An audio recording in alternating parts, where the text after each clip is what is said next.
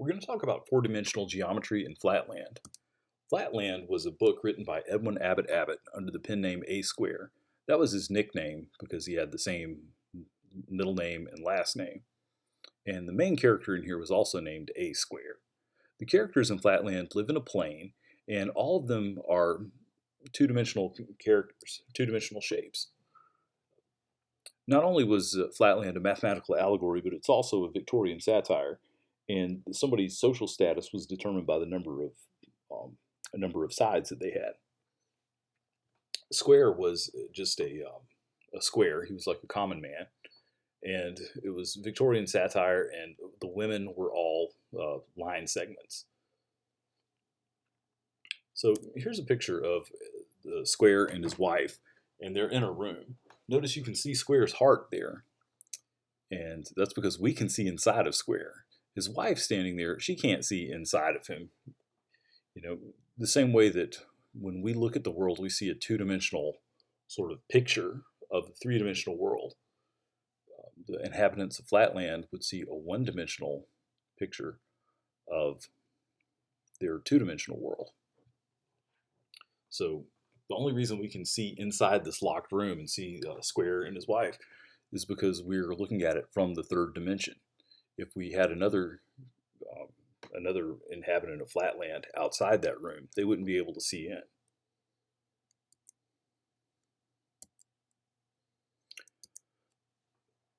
Square visits Lineland, and Lineland is a one-dimensional world. When Square looks at them, he can see the lines as segments, but the segments themselves, when they look at each other, they can only see the next segment over, and they just look like a point. So Lineland is it's a pretty boring place. People can't even move past each other. It's like they're sliding around on the real number line. But an interesting thing happens when Square goes through Lineland.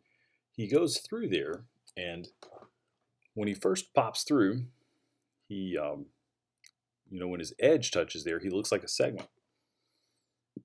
When he's partway through, in the middle, he is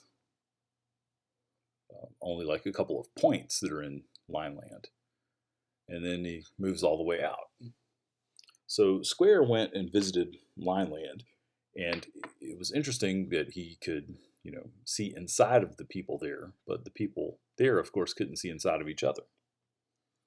Well, if we move things up one dimension, later Square is visited by a sphere. When the sphere visits Square, Square's just chilling in the plane, and the sphere comes and goes through there. And what does he look like? Well, when he first goes through, Square sees just a point. Then as the sphere goes through, that point turns into a circle. It grows bigger until it gets to the middle, and then it grows smaller and smaller to a point and then disappears.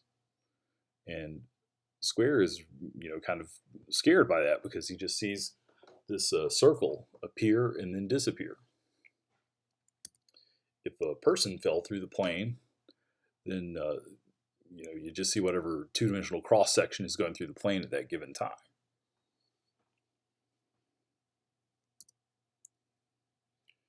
Things can't move. If Square is trapped in two dimensions, he can't move to the third dimension. So a couple of slides here with crimes in Flatland. If you could somehow, you put your money in the box, that box is a safe. If you could pull that money out through the third dimension, it's like a bank robbery. This is a liquor thief from the fourth dimension, or from the next dimension up. So when Square and his wife are, in this room, Sphere can like fly through, and it totally surprises them because how'd he get in there with no, with no door? If we think of this and move it up another dimension, what would it look like if a four-dimensional sphere came through our world?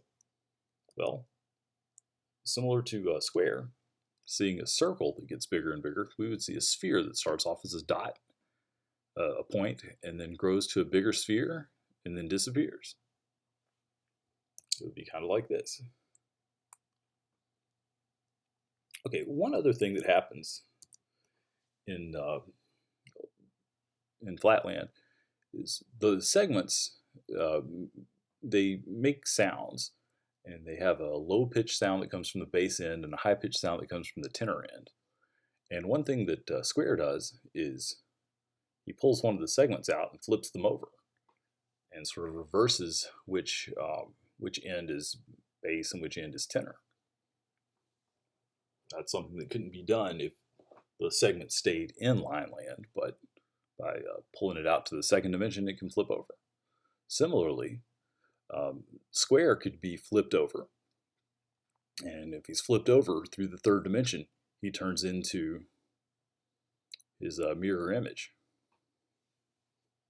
It's interesting to think about what would happen if we could flip somebody over through the third dimension, or I'm sorry, through the fourth dimension. You know, they turn into their mirror image.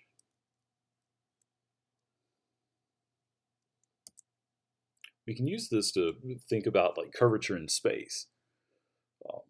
Gravity, you know, we think of gravity as like curvature of space-time. A black hole, for instance, is a place where the space-time curves to such a degree that nothing can ever come out.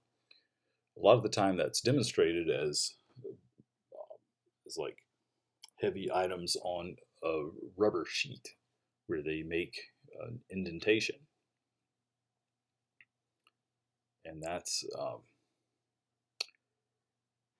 it's like a two-dimensional analog of like space. Well, in the two-dimensional case, you've got a flat sheet, which is two-dimensional, but it's bent into the third dimension. When we talk about the curvature of space-time, it's curving space into 4 dimensions. Here's another thought.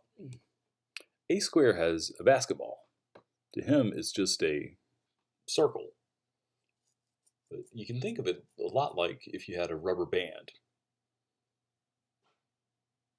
You have a rubber band that's orange, and you take a marker and you mark the inside of it black. And you've got something there that's black on the inside, orange on the outside. Well, you can flip it inside out by just twisting it, but you're twisting it through the third dimension. If Square wanted to flip his basketball inside out, he'd have to cut it. He'd have to make a little hole in it and then push all of it through that hole, or just cut it and bend it around.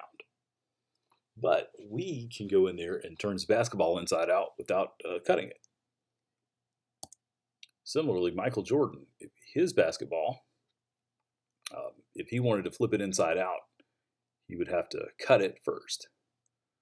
But a 4D being could twist it through the fourth dimension without cutting it and flip his basketball inside out.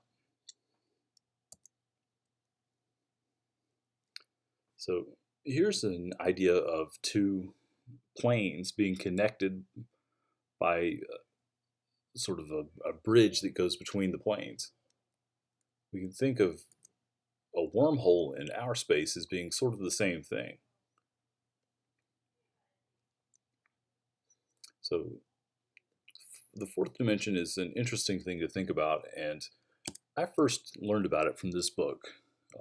It's The Fourth Dimension by Rudy Rucker. It's an excellent book. It's one of the books that got me interested in mathematics when I was in high school. So anyway, that's it for this